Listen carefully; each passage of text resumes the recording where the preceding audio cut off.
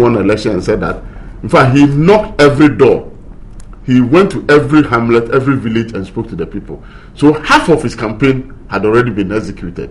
So going forward, I mean, it's just a matter of follow-up to consolidate his win. So there are several of the candidates who have won this election. Some had as much as 10,000 votes from the from the constituency in which they were voted for. And to go into an election where through universal adult suffrage, your party supporters alone have given you 10,000. You have 10,000 in your basket, and you need to win an election. It is very easy. So it was not expensive. It's not as expensive. It was not demanding. Again, it was not manipulated the way previously some few executives can meet together and say you will not go again, and they will convince the delegates. They will control the delegates list, and they will make sure you don't even have access to the delegates list, and you go into the election and you are booted out. Today, the constituencies didn't have that monopoly over the outcome of the elections. Okay. And so the concept of power to the people have found expression in the system that we have designed. It has energized the base of the party. It has made the ordinary rank and file of the party feel that they are very important because they are also part of the kingmakers. And once they are involved in arriving at this decision, their commitment to work for the elected candidate is more. And so we believe that they will help us increase our numbers in parliament come next year, parliamentary and presidential elections. And there were pockets of very ugly incidents where a ballot box was destroyed, and we captured that on our network. And then Sam George was punched in a meeting. Have you found out what happened in that meeting, why he was punched? Because we saw him physically with his eyes swollen. Well, we'll investigate these matters. Has it come to you? What have you picked up by one Habib? The election ended only yesterday, and you know that as director of but election, it was one of the hotspots. You had to postpone it. I am saying that we are meeting today, and all these reports from the regions are coming to the national headquarters, and so we will get this report and do follow-up investigations. But went to the police station. But you see, when we have a situation where we are doing election in 8,200 plus polling stations, and you have one isolated case of vandalization, I'm not going to support it. I'm not saying that. I'm not saying that. I'm not saying that we should support this situation. But on a scale of 1 to 10, if you have a situation where over 95% or 98% of all the polling stations was peaceful, and you have 1-2 isolated cases, we do not have to magnify and try and harp on the negativity, and then decide to overlook the positive aspect that NDC has gone into this election. It's been largely successful, very peaceful.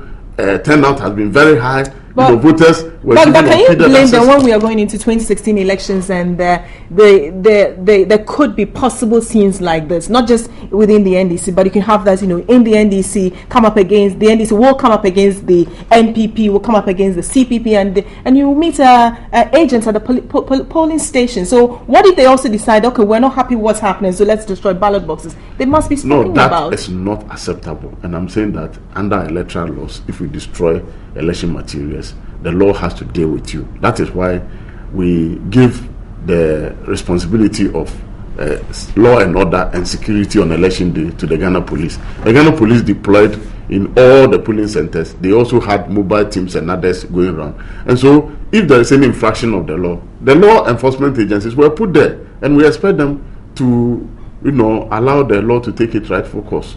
Okay. How about those who are agitating the results that have come out and threatening, whether it's mayhem or whatever? I mean, you saw that of the Emmanuel Krobo and the like. Well, my advice is that in any election, when you are dissatisfied with the outcome, the first thing is to petition the body responsible for the elections. And we have the National Executive Committee supervising this whole election through the Election Directorate.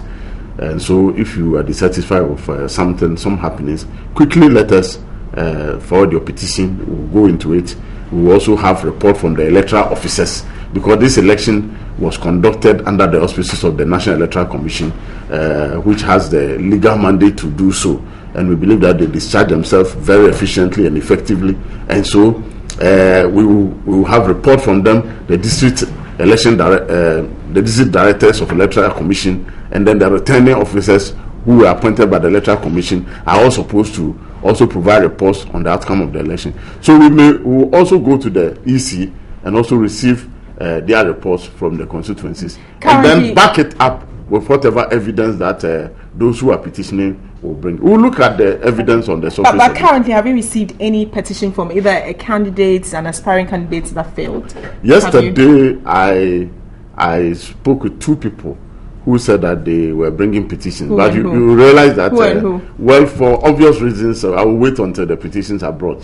So I will not mention them. But when they called, I told them that the General Secretary on Sunday night decided that we should take a rest for yesterday. So the party there was no activity at the party office. What did they say? What was the accusation?